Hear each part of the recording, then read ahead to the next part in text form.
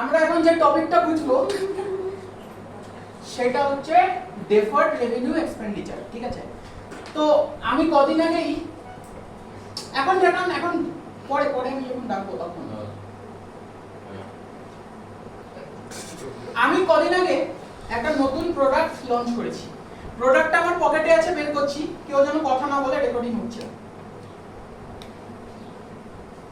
এটা হচ্ছে একটা খুব ভালো লাইটার। এটা দিয়ে শুধু জিনিসপত্রই নয়, এক্স এর জীবনও তুমি জ্বালিয়ে দিতে পারবে। তো এত ভালো প্রোডাক্টের জন্য আমার একটা সেলিব্রিটি দরকার, যাকে দিয়ে আমি এটা অ্যাডভার্টাইজমেন্ট করাবো। তুমি এখন বন্ধ করো ওটা, হ্যাঁ আমি চুপচাপ দাঁড়িয়ে থাকো। হ্যাঁ আচ্ছা, তো আমার একটা খুব বড় সেলিব্রিটি দরকার, যাকে দিয়ে আমি এটার অ্যাডভার্টাইজমেন্ট করাবো। তো এটা হচ্ছে একটা খুব বড় প্রোডাক্ট, নরমাল লাইটার ভেবো না, এটা দিয়ে তুমি যা ইচ্ছা কিছু জ্বালাতে পারবে। তো যেহেতু এক্স এর জীবন এটা দিয়ে জ্বালানো যায়, তো আমি ভাবলাম সবথেকে ভালো সেলিব্রিটি কে হবে? সেলমন ভাই। তো আমি সেলমন ভাইকে দিয়ে একটা অ্যাডভার্টাইজমেন্ট করাবো। তো এখন আমি সেলমন ভাইকে একটু ডেকে আনছি। এদিকেই রাখো ক্যামেরাটা, এদিকেই রাখো। মুখটা চাপা দাও এটা। আচ্ছা আরে আচ্ছা, এই হচ্ছে সেলমন ভাই। এটাকে সেলমন ভাই, ঠিক আছে? পয়সা কম দিয়েছি, মুখ দেখাচ্ছে না। তো এই হচ্ছে সেলমন ভাই। তো আমি ভাবলাম এই যে প্রোডাক্টটা, এটার অ্যাডভার্টাইজমেন্ট দেওয়ার জন্য বেস্ট হচ্ছে সেলমন ভাই, কারণ অনেক এক্স আছে, এক্স এর প্রেজেন্টেড জীবন জ্বালিয়ে দিয়েছে। তো সেলমন ভাই এই প্রোডাক্টটার অ্যাডভার্টাইজমেন্ট দেওয়ার জন্য আমি আনলাম। আচ্ছা সেলমন ভাই, হ্যালো, তুমি এই প্রোডাক্টটার অ্যাডভার্টাইজমেন্ট করতে কত নেবে? ও মাই গড, ও বলছে এই প্রোডাক্টটার অ্যাডভার্টাইজমেন্ট করতে 5 crores রুপিস নেবে।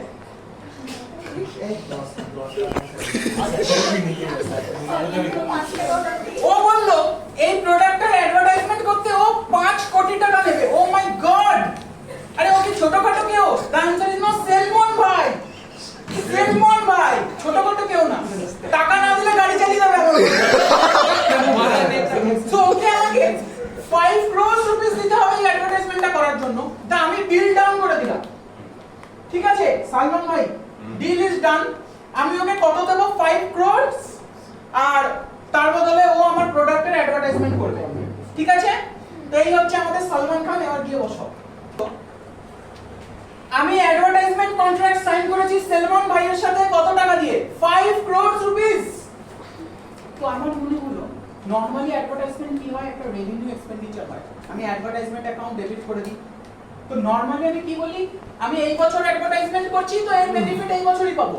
কিন্তু এটা কোনো ছোট অ্যাডভার্টাইজমেন্ট নয় 5-10 হাজার টাকার।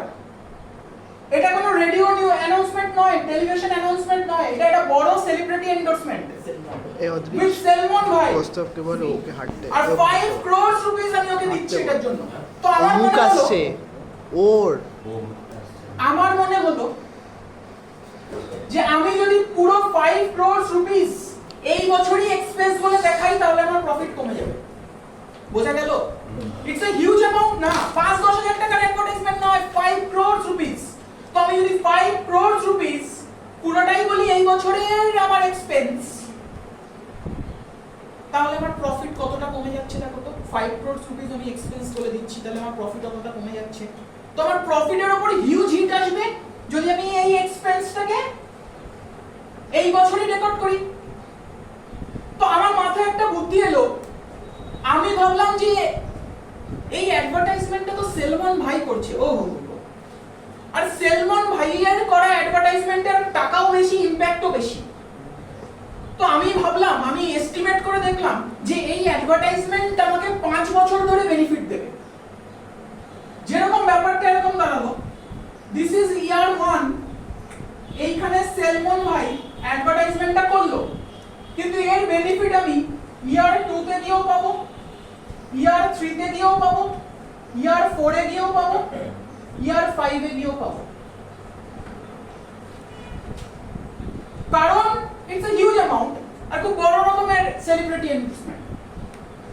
দেয়ারফর আমি ডিসাইড করলাম যে পুরো এক্সপেন্ডিচারটা ইয়ার 1 এই রেকর্ড না করে, পুরো খরচাটা 5 crores রুপিস আমি ইয়ার 1 এই এক্সপেন্স হিসেবে রেকর্ড না করে, আমি 1 crore করে প্রত্যেক বছর করতে পারি,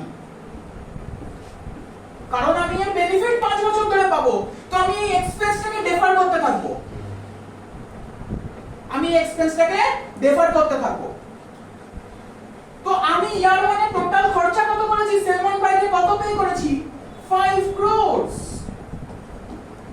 এর মধ্যে আমি 1 crore কে এই বছরের এক্সপেন্স ধরবো, 1 crore কে এই বছরের এক্সপেন্স ধরবো, বাকি 4 crore কে আমি অ্যাসেট বলে দেখিয়ে দেবো যে এটার বেনিফিট আমি ফিউচারে পাবো। আচ্ছা, অ্যাসেট মানে তো সেটাই যেটার বেনিফিট ফিউচারে পাই। তো এই বছর আমি 5 crore যেটা আমি ইনভেস্ট করেছি সেলমন বাইকের পেছনে, তার 1 crore এর বেনিফিট মানে আমি এক্সপেন্স কত রেকর্ড করলাম, 1 crore, বাকি 4 crore কে আমি অ্যাসেট বলে দেখালাম। This is fictitious asset, this is deferred revenue expenditure, this is fictitious asset, this is deferred revenue expenditure. এটা কোনো ট্যানজিবল ইনট্যানজিবল অ্যাসেট নয়, এটা কি বলতো, এক্সপেন্স যেটাকে আমি পুরোপুরি রাইট অফ করিনি। রাইট অফ করিনি মানে আমি পুরোপুরি খরচা বলে দেখাইনি বুকস অফ অ্যাকাউন্টস। আমি বললাম 1 crore ইজ মাই এক্সপেন্স, বাকি 4 crore ইজ মাই অ্যাসেট, এটার বেনিফিট ফিউচারে পাবো। নেক্সট ইয়ারে দিয়ে আমি আবার 1 crore এক্সপেন্স বুক করলাম, আর নেক্সট ইয়ারে আমি বললাম আমার 3 crore এর অ্যাসেট এখনো বেঁচে আছে। Again this is my fictitious asset, deferred revenue expenditure. তারপরের বছর আবার আমি 1 crore এক্সপেন্স দেখালাম, 2 crore পড়ে থাকলো, এই 2 crore টা আমার তার ইয়ার 3 এর ডেফার্ড রেভিনিউ এক্সপেন্ডিচার হয়ে গেল বা ফিকটিশিয়াস অ্যাসেট। আর ইয়ার 4 এ গিয়ে আমি 1 crore দিলাম, এক্সপেন্স দেখালাম, এখন আমার অ্যাসেট পড়ে রইল 1 crore। তো ইয়ার 4 এর পরে আমার ডেফার্ড রেভিনিউ এক্সপেন্ডিচার কত, 1 crore। আর ইয়ার 5 এ গিয়ে আমি আবার 1 crore এক্সপেন্স দেখালাম, ডেফার্ড রেভিনিউ এক্সপেন্ডিচার 0 হয়ে গেল। তো ডেফার্ড রেভিনিউ এক্সপেন্ডিচার কোনটা, এইটা এইটা এইটা এইটা, অর্থাৎ এক্সপেন্স কে পুরোপুরি আমি রাইট অফ না করে অ্যাসেট বলে দেখাতে থাকছি, ডেফার করতে থাকছি। This is deferred revenue expenditure. কেন করছি, যদি 5 crore টাই আমি এই বছরেই যদি ইয়ার 1 এই যদি আমি 5 crore রুপিস এক্সপেন্স বলে দেখাতাম, আমি 5 crore পে করেছি সেলমন বাইকে, আমি 5 crore আমি বলছি আমার এক্সপেন্স, তাহলে প্রফিটের উপরে আমার হিউজ হিট করতো। দেয়ারফর আমি একটা জুগাড় লাগালাম, আমি বললাম এর বেনিফিট 5 বছর ধরে পাবো, এই এক্সপেন্সটাকে 5 বছরের মধ্যে স্প্রেড করে দিই। তাহলে ইয়ার 1 এর আমার প্রফিটের উপর হিট শুধু 1 crore এর আসলো, ইয়ার 2 তে 1 crore আসলো, ইয়ার 3 তে 1 crore, 4 এ 5 এ। প্রত্যেক বছরের মধ্যে আমার এক্সপেন্সের বার্ডেনটা ভাগ হয়ে গেল। So deferred revenue expenditure, this is the concept of deferred revenue expenditure. আমি পুরোটা একসাথে এক্সপেন্স না দেখিয়ে কিছুটা এক্সপেন্স দেখাচ্ছি, কিছুটা অ্যাসেট করছি। তার মানে এই যে আমি ইয়ার 1 এর পর 4 crore কে অ্যাসেট করে দিলাম, মানে এই 4 crore কে আমি ফিউচারে গিয়ে এক্সপেন্স করব, নট রাইট নাও, আমি ডেফার করে দিলাম। This is deferred revenue expenditure.